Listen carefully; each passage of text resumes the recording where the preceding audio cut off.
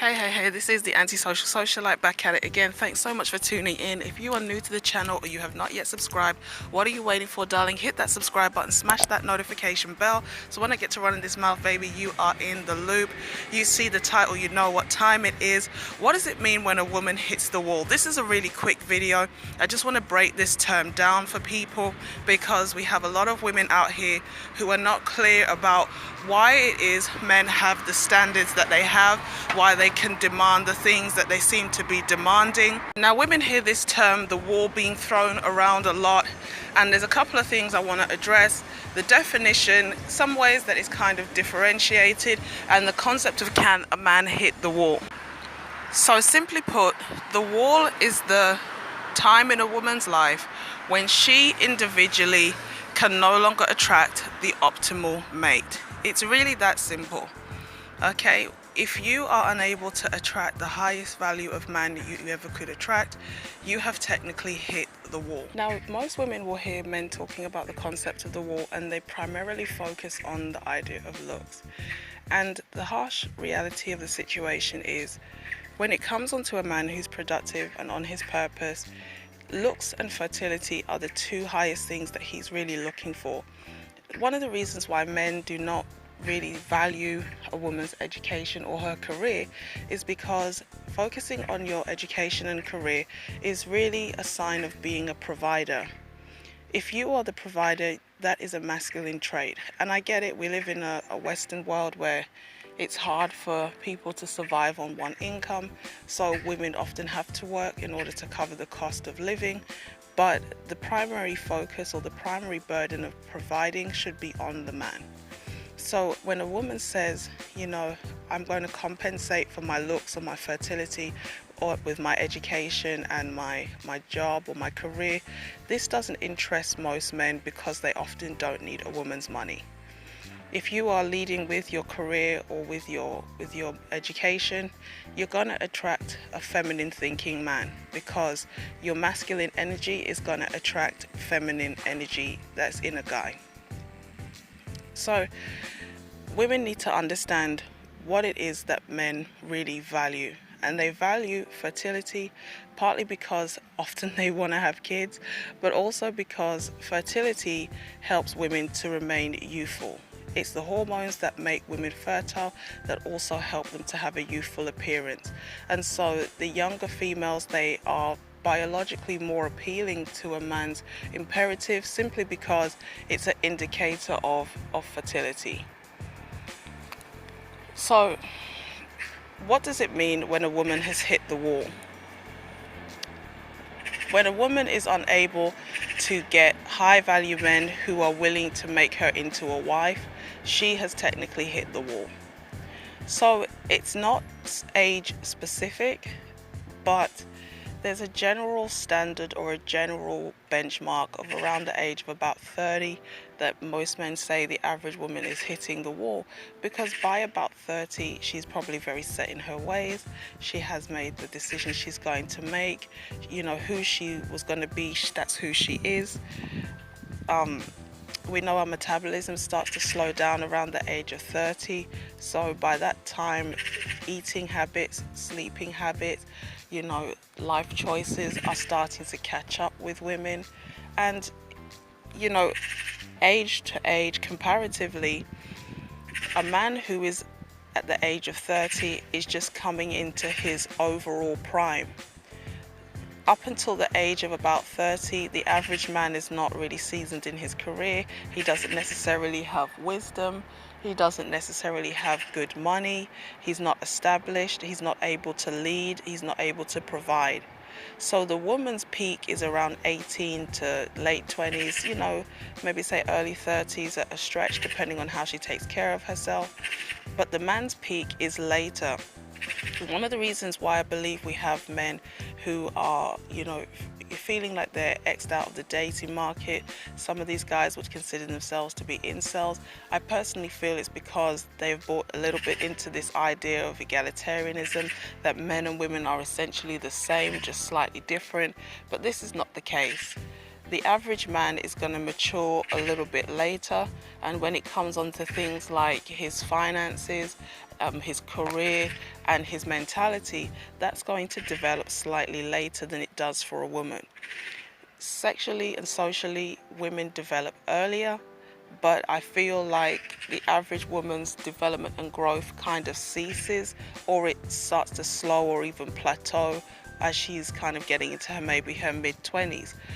The pressures that men are under to be responsible, to be accountable, the pressure to be law-abiding citizens, the way that they're held to a higher standard of scrutiny, it kind of forces men to mature. It forces them to be critical thinkers about their life and where they're going. In a lot of instances, they're more in touch with reality because they don't have the luxury of being very romantic about how life is. And as a result of the pressure that's put on men, they often are more realistic, and then as a result of being more realistic, they're more strategic, they're more mature. As they age, they become more and more logical. You see, the culture that we live in right now, it's nice to be a woman, it's nice to have the luxury of the woman's prerogative, but that prerogative is detrimental to the development of a lot of women. If you do not grow in a household where you see a healthy relationship being modeled for you, if you grow in a household where it's very female dominated, you have a lot of women, it's very matriarchal, like every head of the family is some type of female figure, it's going to be very hard for you as a woman to cultivate a healthy, balanced femininity. Just like you have the concept of the toxic masculine, which is really a male with a feminine mindset, a toxic female is a very masculine woman. And in a household where it's normal to see women dominating everything, you can become a toxic female because you're kind of torn between being a protector and a provider, and you're not necessarily cultivating your natural feminine attributes. So unfortunately, I've posted a few videos. Yesterday I was really battling with YouTube. I uploaded one video 5 times. Every time they took it down because it's violating the guidelines. So I've given up, but it is over on my Instagram, Miss Antisocial Socialite. So please head over to there, follow me over there, and you can watch the video there. And I put these videos up to highlight that these girls who are going around, beating people in their homes, beating people in the street, beating people at the airport, these chicks have officially hit the wall. The caliber of men that are going to be attracted to a lot of these females are not the kind of men they could have got if they carried themselves the right way. Okay, and I know a lot of people, they got angry with the video where the girls are climbing through the window and they beat the mum and the daughter. I've never got to thumbs so quickly, and the number of thumbs down are double the number of thumbs up. And people can get mad, but what these videos highlight is hitting the wall is not restricted to age. Hitting the wall is restricted, it encompasses your attitude, it encompasses your choices, how you carry yourself, how you take care of your body. It is a holistic thing. You could be an older woman who takes very good care of herself, has a very feminine demeanor, and you can still pull high value men. And you are past the technical wall age. And you could be young like these girls, and no high value man is ever going to check for them. Because a high value man, he cares about his image, he cares about his brand. He wants to be able to take the woman on his arm to functions at his workplace. He wants to be able to take his woman into his social circles. Because a high value man has a social circle. High value men have to have a social circle, because it's not just what you know, as we all know, it's who you know. Connections are what help these people to move forward. So when you have a consort, a wife, a lady, whatever, she is going to be a reflection of who you are. Now, these men, they do their homework. They go in the social media of women who they're interested in, and they want to see, are there some risque pictures? Is there a sex tape? You know, are there pictures of you beating women on the internet? You know, what are you about? Because the social media world is a blessing and a curse. The social media world has exposed a lot of things that we suspected, but we weren't really sure existed. Maybe we've never seen it in our own personal life, so we don't really believe it's there. Well, the proof is there. The downside of us recording every minuscule aspect of our life, from whether we're about to use the toilet to what we're having for dinner, is that it's all laid bare. You can't even present an image of yourself anymore, you know, or even erase the past, because the internet doesn't forget. And so a high value man, he is going to do his research into the kind of female that he's getting with. And this is unfortunately why a lot of black women are disqualified from being able to attract or keep a high value man, or they're kind of demoted to side chick status or girlfriend status or fun status. Because when he goes through those profiles and he sees all of the twerk videos and half naked butt pics and lingerie pics and cucumber challenge and all kinds of fruit and veg abuse, he's like, I cannot really take this female seriously. Okay, so women need to be aware that there is something called the wall, where you cannot attract the optimal mate that you used to be able to attract. And even the mate that you had the potential to attract, it's going to go down the further you go down certain negative routes. Because I know this is going to be something that's going to hurt people, but things like having a child and the child living with you is going to diminish your value in a high value man's life. And before you get mad, before you click the thumbs down, this is not to brandish, you know, baby mamas and single mothers as the scourge of the earth. It's because at the end of the day, there are a lot of logistics that it just doesn't make the juice worth the squeeze. If you are a woman coming into a relationship with a child, and this man is expected to pay for you and your child's life, how can he discipline your child? Would you allow it? I mean, there are some women that wouldn't even let the father of the child discipline the child.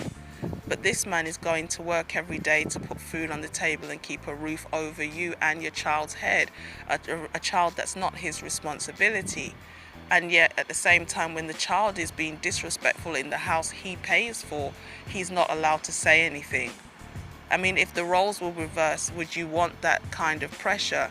You know, responsibility with no accountability, or responsibilities with no power. A lot of women who have been stepmoms or dated men with kids have the same complaint, that the children are out of control and they had no power to discipline them. The father would often take the children's side, which now causes a rift in the relationship. Sometimes the ex is crazy. They just don't go away. You know, and as much as there are issues with Sierra and Russell and him taking on Future's baby, one of the reasons why I believe he decided to cut all ties from, you know, child to father is because he wants to be able to take full financial responsibility and at the same time have the role of the father in terms of everything, the discipline, the direction of the child's life, etc., etc. When you still have this baby mama or this baby daddy floating around in the background, it just can cause problems. So there are a number of reasons why men who are high value do not necessarily want to date a woman who has dependent children. Now there are options. You know, the first option is use birth control if you're sexually active, because at least then you're not coming into relationships with children. And obviously a lot of women don't like to hear this, but to increase your sexual marketplace value, you could just give the children to their father. And I know that's something that a lot of black women don't want to hear, or any woman who's got kids and they're a single mother, but that is the only, not the only other option. There's a third option, which is just date men who have kids as well. Because there's things that a man who has children will understand that a man who doesn't have kids will not. Did I say that right? Yeah, I think so. There's things that a child child-free man will understand when it comes to a child-free woman, and a man who has kids understands a woman with kids, because they have the same struggles, you know, going to school meetings, or, you know, helping children with homework, or probably having to drop plans or whatever because the kids are sick. When a woman says that and she's got kids, the man is like, oh yeah, I've been there, I understand, let's reschedule. But a man who's childless, he can just pick up himself and go anywhere. And when you're like, oh, I can't because I've got these commitments, it's like, I can't build a life with this person because I'm moving and she can't. So things like going into relationships with children, going into relationships when you're not at your physical best, you're not working on yourself, you're not working on your attitude, things like this, you have unresolved issues. All of these things are going to bring you closer and closer to the wall, because when the man is kind of running the numbers, he's running your stats, he's looking at all these things. And it's like, if he's going to come to the table with his wallet, you have to come with that femininity, you have to come with that, you know, personality. You've got to come with the, you're ready to be a wife and a helpmeet.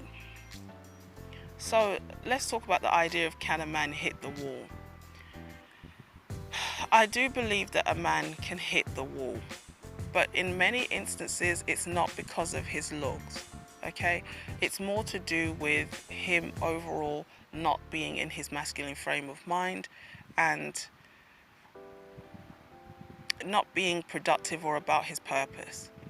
And the reason why I say that is because there are a lot of men out here who are not about anything, and I mean, they can't command a high value woman because they themselves are not a high value man. Now, if the women are looking for sex or fun, yeah, maybe he can get very attractive women. That's why the wall for the man is a bit dodgy, because it's not as clear cut. Because a man who is low value in one place maybe could go to a totally different environment and still pull a bad chick, as it were. So technically, many would argue there is no such thing as the wall for a man, because he can just change his image and he will have females coming to him. Like, he can go to another place, he can go to another country, and he may be able to attract a very feminine, cooperative, beautiful, youthful, fertile woman. And so, whereas universally women will struggle once they start to hit a certain age, and especially if they have some of the other factors that I've already mentioned, a man can revamp his image, go to a different place, and still be attractive and attract high value women, or women that are high in their SMV, youthful, fertile, cooperative. So I just wanted to break this down, so for guys who are coming through, they really understand. When you hear people talking about the wall, yes, on average they're talking about looks. Are your looks at their peak? And this is the last thing I want to say. Because we have the black don't crack mentality, a lot of black women get overly comfortable abusing themselves. They think because they don't have the stereotypical signs of aging that they are not hitting the wall. But because of the fact that a significant number of black women are overweight or even obese, yes, in the face you may be pretty, but your body has hit the wall before your face. And you know, I was having a discussion with somebody in the comment section recently, and I said, you know, this lady is talking about colorism, but she's not addressing her weight. I mean, I don't even think she was 200 pounds. I'm pretty sure she was more than that. And I need to look up what 250 looks like, but she looked like she was about 250. And I'm just like, somebody said that's not the point, because like, basically she's cute though, but you know, that's not the point. I was just like, it is the point, because that man has to undress this woman and be sexually aroused by her whole body, not just her face. And a lot of time black women, they overcompensate for the fact that their body is not where it needs to be by saying that, well, she's got a pretty face though. And there's somebody out there for everybody. As I've said in previous videos, you know, there are billions of people on this planet, and you're only really looking for a handful to be compatible with. And out of those handful, maybe a few, 2, 3, 4, are going to reciprocate the feelings, because some of them are already in relationships, some of them are not looking for relationships, some of them are gay, some of them are, it's like the Alanis Morissette song, you meet the guy of your dreams and then you meet his beautiful wife, and then you start thinking about ways to get rid of that beautiful wife. No, I'm joking, but it happens like that. You're like, oh, why didn't I meet you 10 years ago? It's like, there's only a handful of people with whom we're going to be so compatible and the feeling is mutual. So the reality is the vast majority, like 99.9999999 recurring, the people we're going to meet, we don't like them or they don't like us. That's just the reality. When people are losing their mind about not being able to find a partner, we have to be realistic. With most people, there's going to be some disconnect. Okay, but are we the best version of ourselves? And are we working on ourselves holistically? Our demeanor, our attitudes, and our physicality. It is important. We cannot compensate for things that men don't want, like weaves, nails, looking like a stripper with a job and a career and an education. These things are meaningless, especially to a lot of high value men. It's not enough to say, well, it doesn't matter that she's, 200 pounds overweight because she's got a pretty face. It matters because that man has to be sexually aroused by the woman's whole physique. And because, when we say, oh, she looks good for her age, let's just be real. We're talking about black women comparing themselves to white women. Because when white women reach a certain age, they start to have certain stereotypical signs of aging. And because black women generally do not have those things, they take their beauty for granted.